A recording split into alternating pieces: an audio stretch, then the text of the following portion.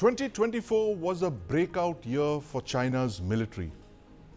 As we've discussed on the show here, China has shown off some of its rapidly advancing military technology in the last couple of months. It's unveiled a series of cutting-edge military hardware, a sixth-generation fighter aircraft, a 40,000-ton amphibious assault ship nearly the size of India's aircraft carriers, massive air and sea drones of the size rarely seen elsewhere. The PLA is already the world's largest military, and the PLA Navy is the world's largest navy. Now, these are very impressive achievements, and China's neighbors should be concerned, as we all are. But behind the facade of military modernity lies a troubling fact. First-generation problems, if you can call them that. Corruption. Between July and December 2023, at least 15 high-ranking military officers and defense executives have been removed from their posts. Several leaders are being investigated or removed for corruption. They were in charge of modernizing China's ground-based nuclear and conventional missiles, believe it or not. In December, 9 officials were removed from the PLA military. And in the last 2 years, Xi Jinping has arrested or dismissed more top military generals and admirals than at any other time in China's recent history. In fact, the Pentagon's annual report to the US Congress on the military and security developments involving China was released just last month. And this report interestingly contains a 5-page segment on the impact of corruption on the PLA. And joining me to discuss these developments are Lieutenant General Rakesh Sharma, Lieutenant General Ravi Shankar, and Dr. Tilak Jha. Welcome to the News9 Plus show. Thank you. General Sharma, I want to start by reading out this excerpt from the US report, which I just mentioned, the Pentagon's annual report to the Congress. The extent of the wave of the current corruption cases touching every service in the PLA may have shaken Beijing's confidence in high-ranking PLA officials, because rooting out corruption in the military has been a major focus for Xi since he became CMC chairman in 2012. Now, there's a saying that the fish rots from the head down. Is this the problem that's bothering China? While it's rolling out 5th and 6th generation fighter aircraft, it's got some very first generation problems of corruption right from the top to the bottom. Thank you, Sandy, for inviting me. I read the report with interest. And of course, many things that come out of the West, one have to take with a pinch of salt. Last year's report, they had not included any chapter on corruption. This year, They have a 5-page chapter on corruption. Now, having said that, first is that as a head of state, President Xi taking so much of interest in the military is unseen anywhere else in the world. Can you see any government devoting so much on time on national security issues and issues which are pertaining to the armed forces as President Xi does right from the time he takes it? No government is actually... But General Sharma, there's a history to that. The PLA is actually the army of the party, and it's not the army of China. The army of China is actually in Taiwan. So the PLA he has got economic... Yes. He got economic woes, he's got 1,000 other problems, but he still devotes so much of time. We can't talk about the same thing in India. Yeah? Yes. Second, despite all these purges that he's been doing, 81 odd journals being sacked, the journals don't understand that he's doing purge and he'll put us into jail, and they keep doing it. I mean, are we saying that the people are so dumb at the hierarchy in PLA that they continue doing the same thing despite knowing? So you're saying that all this is a facade, and all of these are actually purges of the PLA by Xi. He's eliminating potential rivals, you think? Yeah, so 2 issues here. One is discipline. One is that there ought to be corruption. There is some corruption, you take it away. Right. Second is the issue, what he says, 2 insufficients or 5 incapables. He says that, there is an issue of professional competence. If there is inability to command, or there is, those people do not match the vision of President Xi, or they are not able to deliver. Right. So in India, if there is a department which is supposed to produce some goods across for the military, is unable to deliver, do we sack anybody? No, we continue with the same thing. They get promotions and continue onwards. Here he says, you don't deliver, you go home. Okay. So I think discipline is one thing. I think his achievements ought to be weighed in a similar coin, which you rightly pointed out some time ago. Right. So you're saying that all of this is just a ruse for removing non-performers, and corruption seems to be one of the excuses. But General Ravi Shankar, you focused on this extensively. While you're looking at the fifth and sixth generation aircraft, you're also looking at the problems of corruption. And Xi Jinping, as General Sharma mentioned, seems to be running a one-person Dodge Department of Government Efficiency in China, and is routinely sacking people across the board. I mean, it's literally every arm of the PLA is being purged of senior generals. My question to you is this, very simple. Does corruption affect the fighting potential of an army? I mean, how does an army that routinely sees its leadership being removed, sacked, purged, disappeared, how does it fight? Yeah, I completely agree with you. To a large extent, the morale and the leadership of the army will get affected. There is, there is corruption there already there. There are cases of, poor equipment or malfunctioning of equipment. You look at their rocket launchers, you look at their DF-17 one, which misfired, went elsewhere, and Yes. you look at the sub which sank, you know. So when you look at it, the equipment is all dodgy. And then over and above that, you have the leadership being sacked. There's a political issue to it. So overall, I don't think the leadership is in a great state. But having said that, the PLA has had this history of being purged and still being able to fight. That's one point I want to highlight. But overall, I think the largely the potential of the PLA would be degraded. Now, let me add. It's Right. very nice to say you add a fifth generation aircraft or a sixth generation fighter, or, you know, all those fancy things. They are all new equipment, untested, not Yes. experienced, and they take a lot of time to get in and get used to the whole thing. So their efficacy is also a little suspect. So I think you have to see this holistically. You also have to understand that the PLA is a conscript army, right?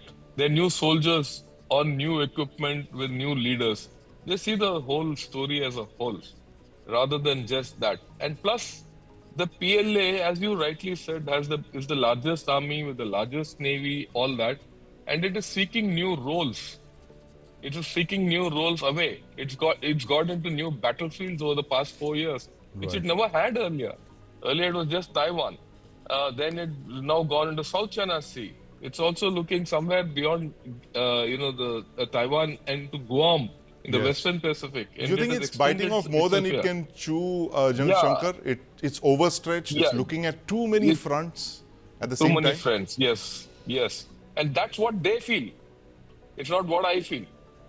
They feel that they face four fronts and that they are overstretched, and they also feel that this leadership, axing will affect their capability, Yes. and with all other things which I mentioned. So it's not like I as much as I go along with General Rakesh Sharma that PLA is used to these purges, Right. but I think in this case there are one too many. Right. One It's too many unprecedented. purges. It's unprecedented indeed. And Dr. Tilak Raj, you're a China expert. You've been looking at these developments very closely in Beijing. Uh, how does this strengthen Xi Jinping's hold over the military, do you think, or does it actually weaken it? Because, as General Ravi Shankar mentioned, that it seems to have hollowed out the PLA's senior leadership, the generals who will actually lead the kind of wars that Xi Jinping wants them to fight in the next couple of years. This repeated purges of senior leadership affecting morale, how does this play out for someone who's literally China's leader for life? See, I think we have to keep in mind that the party holds the balance. I Yes. think that's the philosophy on which the Chinese Communist Party has been leading the army. And I think President Xi, he has a deep distrust and about the loyalty and honesty of his most senior officers. Yes. So I think the combat readiness in such a situation can go both ways. Right. If the people who are very loyal to Xi, they want to prove their loyalty, they could actually be more warmongering than others. We have seen the situation of Chinese diplomats playing a hawkish attitude in recent years. And then, of course, they keep changing his stance. So Yeah. to prove loyalty, they may go overboard, and at times it could be the other way around. But I think to call it a professional army and to expect professionalism from Chinese army is something that's deeply in doubt. And I think we have to put this put this debate into that context, that the professionalism of Chinese army is deeply Yes. suspect, doesn't behave like a professional army. From South China Sea, where it sends militias to sort of topple Philippines Navy, Philippines ships, and and all across, we have seen time and again Chinese army not doing things the way army does. Right. It's not necessarily behaving like Pakistan, but at the same time, it doesn't really behave like a professional army. It doesn't behave like a professional problem. army. That's a That's good, a problem. important point, Dr. Tilak Raj. And, I'm going to ask General Rakesh Sharma this question. General Sharma, you've commanded the 14 Corps facing both our fronts, both our friendly neighbors to the west and to the north. And I think it's a very unique situation on both fronts. On the one side, on the one front, you have a military that is in complete command, which controls even the nuclear weapons. And the politicians are literally like a bonsai democracy that you have in Pakistan. And in the north, you have this very powerful chairman for life, literally, that's Xi Jinping, controlling a military. How different are these two systems really? So one issue is that at least I was taught when I was growing up in my years is never to underestimate an adversary. Yes. We must learn the adversary's qualities and his plus and minuses, but never underestimate it. You will be surprised in war, and you will not know what to do. So when we start contemplating that we have two adversaries, and there is an adversary on the northern front which has internal issues, we too have hundreds of Yes. internal issues ourselves. If there is a weakness that comes out in war, which is evident in the matters of conscription, matters of poor equipment, matters of training, Yes. matter of command and control, that we must take it as a bonus when the war is on.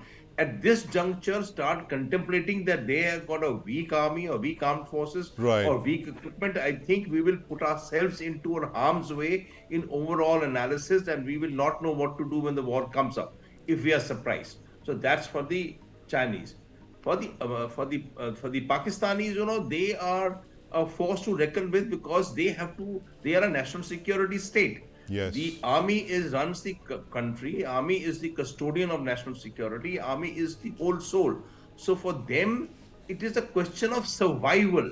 Yes. It's not PLA. For Pak army to fight and to come up on top is a question of survival of Pakistan army as an entity in Pakistan. It's the question of Pakistan's identity.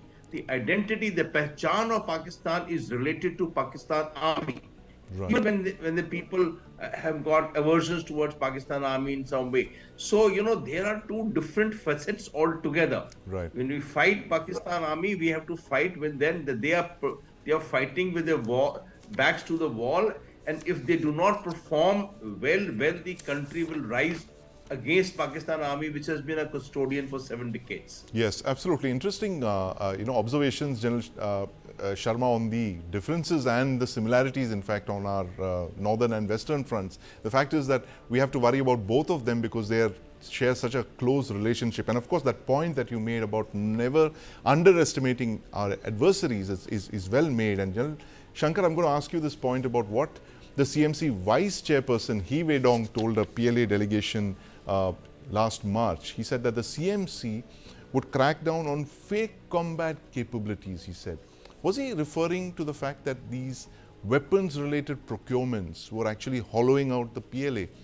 And I ask you in the context of our own tryst with political corruption. In the 1980s, you had the Bofors case that came up, bribery in the purchases of the howitzers, which actually set our defense capability back by several decades. And you wrestled with those problems when you were DG Artillery. Yeah, I think there is a point. Let me clarify this.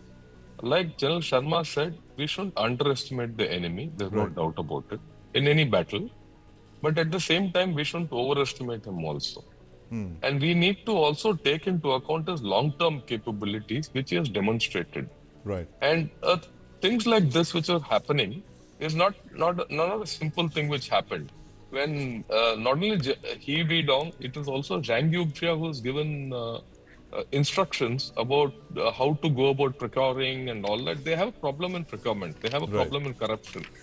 So, like that's why I said their equipment is dodgy. Now you combine it with what has happened, like a missile going Ori, and so many space launches which have gone Ori. Right. So there is an issue which we need to understand.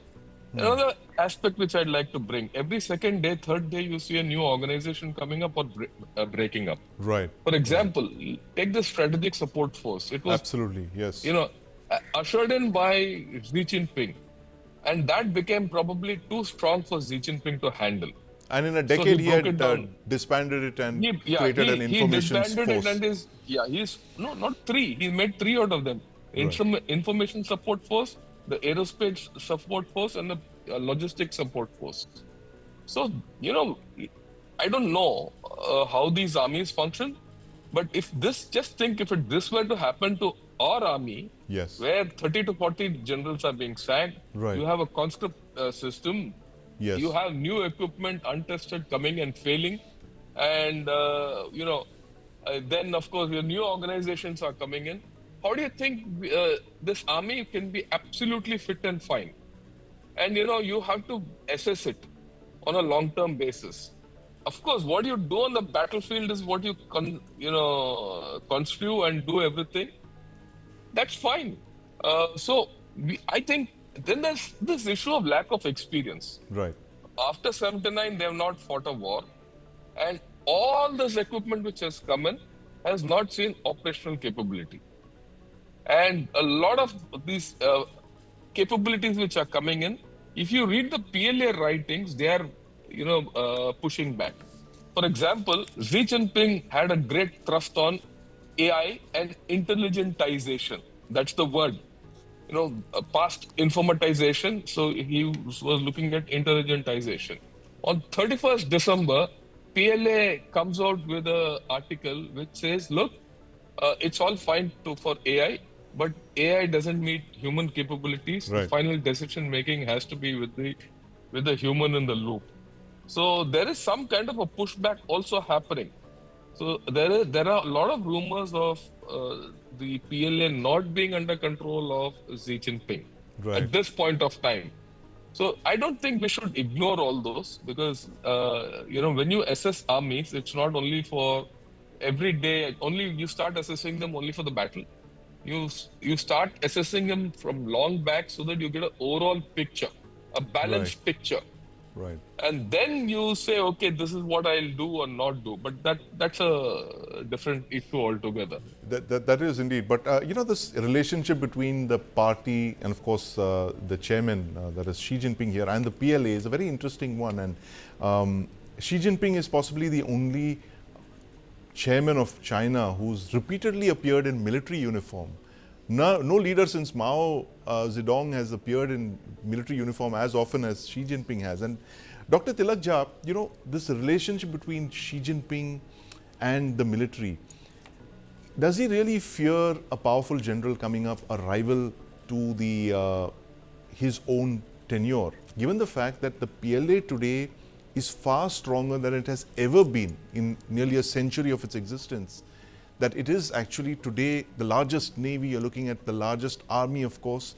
And does he actually fear, while he is actually rearing this huge tiger to take on his neighbors and bully them and threaten them, he's equally afraid of this tiger swallowing him whole and soul. And that's the reason he needs to keep doing these purges. Well, the purges are part of this thing, but at the same time, I think we don't have any evidence over the past 75 years to say that the Chinese military would go out of line of the party. But at the same time, there is always always a threat, especially because she doesn't have the credibility of Mao Zedong. She is not a revolutionary leader. She's command and control of the Chinese political party is bound several factors, but not the kind of revolutionary and popular sanction that Mao Zedong has. So, of course, there is a bigger possibility today than at any point of time of Chinese military doing things it has never done. And I think we also have to sort of see the positioning that how it has been done. China positions itself as a strategic competitor to the United States. Right. It keeps on searching new enemy. It keeps on giving new goals of positioning military modernization to the extent of creating world's most advanced army by 2015. Of course, its defense budget has grown at a much faster rate than its economy. So, and I think at the same time, we also see a lot of corruption, and in some of the most strategic sections of the army, for example, rocket force, Yes. we see evidence which will never possibly be out, but of highest level of corruption. So the more advanced military, the more investment, the more need for trust, and the more corruption. This is a vicious cycle. And Right. with all the high-profile ousters, we have every reason to believe that there is a lot of problems. You have two defense ministers, Li Shangfu Yes. and Wei Fenghe. What else is left? And I think people were not even fired. One of them simply vanished for several months before another was appointed. This is definitely not a good sign. This is the third term of Xi Jinping, and there is much more pushback than at any time before, and we'll see more of it. Right. China has gone. It has become more inward looking, more closed door than ever before. And with technology, that means to control is far bigger than any point. There's a lot of suppression happening. So I think all the doubts are there. But as of now, we have little window inside PLA. Right. But I think there is reason to believe that there are some serious problems, and There's serious we problems have to pay indeed, close attention. Dr. Jha, as the saying that's mistakenly attributed to the Chinese, that may you live in interesting times. It seems that Xi Jinping is living in very interesting times, and China and the PLA under him are seeing very interesting times. This spate of sackings and purges of the military that's literally hollowed out his military, one of the largest in the world. You just heard it from our experts right here on the show.